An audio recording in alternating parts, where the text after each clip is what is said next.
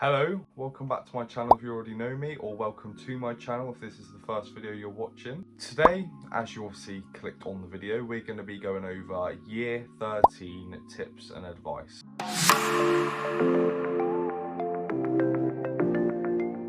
So I'm going to basically be giving you tips and advice if you're starting year 13. So we do have one section in this video which is about university. So if you're not applying to university, if you're not planning on doing that, then you can skip that section. But all the other stuff, which is schoolwork and health, these apply to people that aren't applying to university, obviously. So yeah, we got three sections. We got university, schoolwork and health. So yeah, let's get on to the video. So I've actually got a lot of stuff wrote down on my laptop. I wrote it down because there's a lot to get into in this video. And I want to make it as detailed as possible because I really want to help you guys, whoever's watching this. So yeah, I've tried to add as much information as I can and all the stuff that I've done that I thought really helped. So first section, university. So, as you most likely know, if you're going to university, you'll have to write a personal statement. A personal statement is basically, it's a document that you write and it's more or less a few paragraphs about yourself and why you want to study a certain subject at university. For example, I applied to study biology at university, so I wrote a personal statement about mainly aimed at biology, but also aimed at like what makes me a great person to study biology. So for example, in my personal statement I wrote about the books I've read that made me want to study biology at uni, but also some certain aspects about me that make me a good role model, but also make me a good person to be in the universities that I applied to. So for example, I wrote about how I was a head boy, I wrote about how I won certain awards at my school for my schoolwork, and I also wrote about how I contributed to my school community. But anyway, we're not going to get into really what personal statements are too much, because I'll do another video on that if you guys need some help about maybe writing personal statements. If you do, make sure to comment down below in the comments if you need some help with writing personal statements, and I'll be happy to make a video about it. But the point is, what I'm trying to get at is start writing your personal statement if you can the summer before you start year 13. Year 13 is very content heavy, very busy with university prep, revision and learning new content.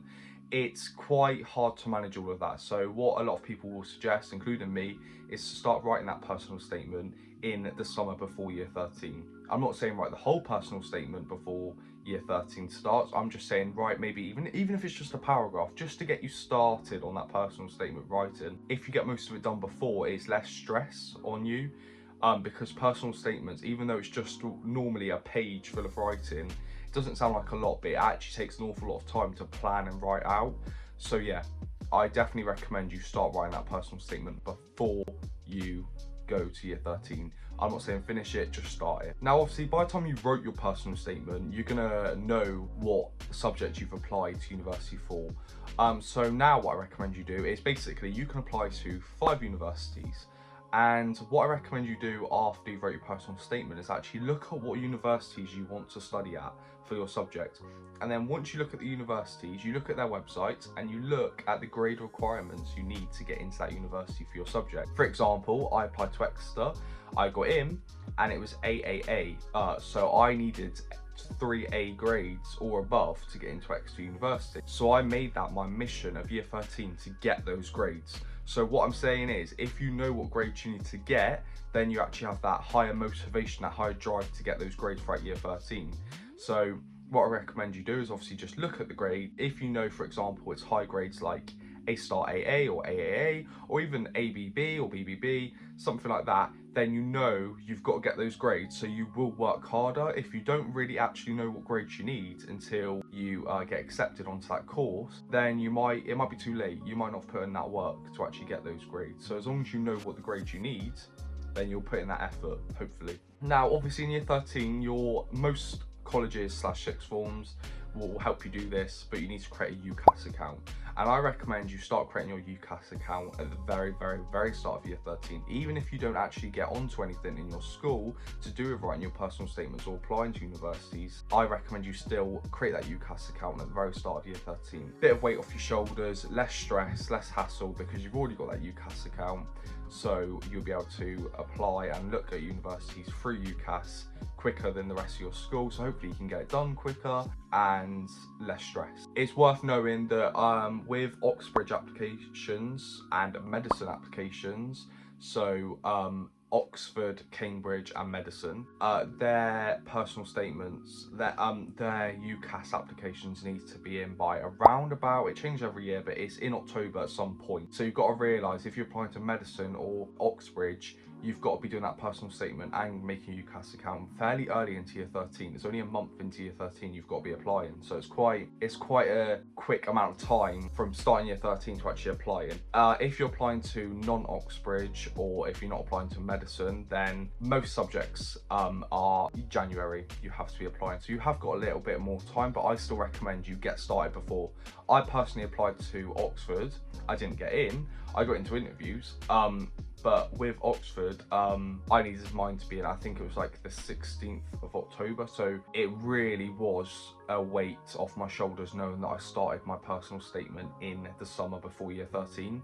It was so much less stress, so much less hassle. And there's so many people in my school or people online that applied to Oxford that didn't do that, and they were quite stressed because they were writing their personal statement up until the day before, for example. So I would not recommend you do that. So if you're applying to medicine, paramedic science, Oxford, Cambridge, stuff like that, there will be a few other subjects as well. If you're applying stuff like that, you will have interviews. So I recommend as well at the start of year 13, you actually start preparing for interviews. So what I recommend you do, go on YouTube, type in your subject, the university, and then interviews, and it'll come up with a lot of mock interviews. So with medicine, for example, every single university, I think, for medicine, you have to do an interview. For example, what I'm applying for, biology, you don't need to do an interview for every university except from if it's Oxford or Cambridge. So just have a look on the website, see if you need to do an interview for it. And if you do, then make sure you prepare, because interviews take a lot of preparation, in my opinion. It's easier to prepare because you know what sort of questions they ask you, you know the structure of the interview. If you're not prepared, you're less likely to get through. So that's it on the university side. Next thing we're going to go on to is actually schoolwork. Now, one thing to mention is in year 13, the content is a lot harder. Obviously, it's going to be. It's not AS level anymore, it's A2, it's year 13 level. So yeah, content, you need to prepare yourself. It does get harder. Some people actually say that the year jump from year 12 to year 13 is actually harder than the jump from year 11 to year 12, which I personally agree with as well, because you've not just got a content jump, you've also got university prep. So yeah, I recommend, this is like one of my biggest tips, do not skip any lessons. I did this, but it made it a lot harder for me. I managed to catch up, but it was a lot harder. Do not skip any lessons in year 13. I know majority of people in my sixth form did this. They skipped lessons in year 13, and in a week, you're gone. Like, you're so far behind, people give up, even in just after a week of lessons skipping. Do not skip any lesson, because obviously you're going to have to be revising year 12 content whilst learning year 13 content. So you're missing out on revision plus learning new content, which is extremely hard to catch up on. So as I just mentioned, you've got year 12 content. I recommend you start revising year 12 content at the very start of year 13. I'm not saying you go over year 12 content every single day. It's just year 12 content. You can't reject that. A lot of people think, oh, we're in year 13 now, we're only going to focus on year 13 content.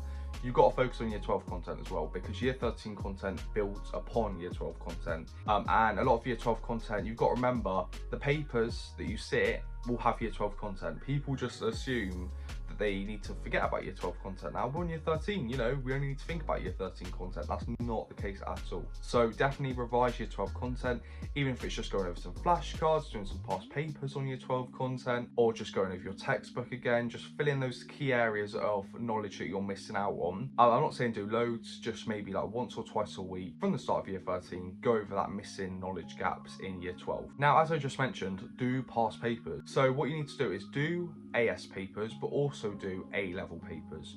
Obviously, at the very start of year 13, it's very hard to do A-level papers because you've not completed the A-level. You've not learned all the content, and you've only learned a bit of the A2 content, so most of the paper you won't be able to do. But what I recommend you do is in the start of year 13, for the first 2 or even 3 months, you just do AS papers, but also do past papers, but not full past papers, but only past paper questions that you can actually do with the year 13 content in. So don't do the full paper because you won't be able to do the full paper.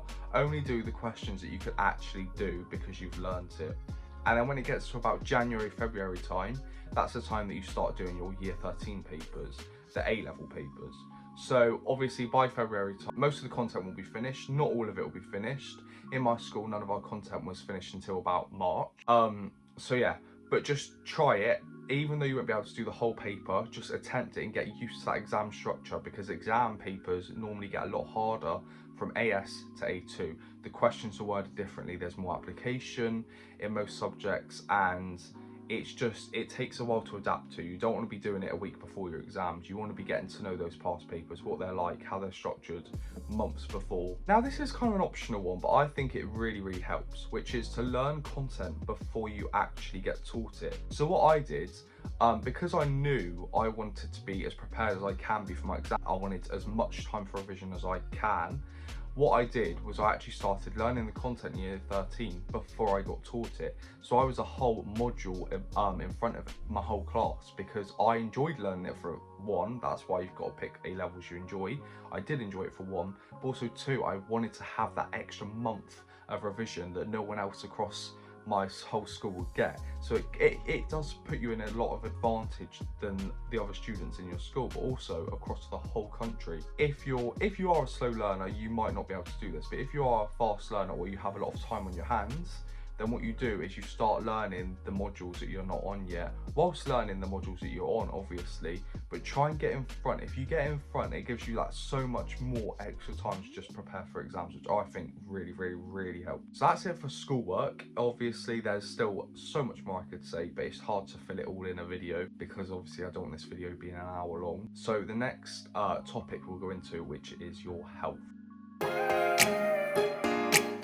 So the first tip I can give is to sleep well. This is such a big thing that people always listen to and people always get told, but they don't actually do. Don't just listen to this and think, oh yeah, I need to do that. Do it. You actually need to do it. Minimum 8 hours. Try and get 8 hours sleep. Don't be revising all throughout the night, because I've got told this multiple times, and it's true. I've done it myself and I've realised the effects of it. If you stay up all night revising, you will not remember most of that content by the night after that. You won't, because you're so sleep deprived. You need to be sleeping at least 8 hours a night. Do not prioritise revision and learning content over sleep. Sleep should always be prioritised, because sleep allows your brain to work at its maximum. Now another one is drink lots of water. Obviously it's another one that's common sense, but people don't listen to. Drink lots of water every single day. Get yourself into that habit at the very start of year 13. Start drinking water every single day. Buy a bottle and bring it into school and drink. People don't drink enough. I know people that don't drink water in days, and they're like, oh, I have a headache. Well, no wonder you have a headache. You don't drink. You need to be drinking lots of water. Now, another thing you should get into a routine of is having breakfast every day. I personally did not do this until probably about January in year 13, but I really recommend you do it at the very start. Have breakfast every single day. Breakfast is the most important part of your day, the most important meal of your day, they say. Take advantage of that. Eat breakfast. Eat foods that are high in fibre, like avocado. Have stuff like Weetabix or banana. Have stuff like porridge, blueberries. These are really good foods for you. These are brain foods. That's what they're called, brain foods. They help your brain the most. Now, the last one for health is just having a bit of exercise. This really helps with your mental but also physical health. I'm not saying go on a run every day. I'm saying stuff like even just walking to school, walking back from school, or riding a bike after school, going on a dog walk, or even just dancing in your bedroom if you can. Or stuff like yoga, meditation, gets you in the right mindset and physical well-being as well. So yeah, these are the health things that I recommend you do in year 13 to really maximize that potential that you have inside of you. Yeah, that's it for this video. I really hope this has helped you. If it's not helped you, or if it has helped you, make sure to comment down below. Let me know. I really wish you the best of luck. Make sure to listen, actually apply all these things that I've said, and I promise you, you will do well. Like I said, I wish you good luck, and I'll see you in the next video. Bye bye.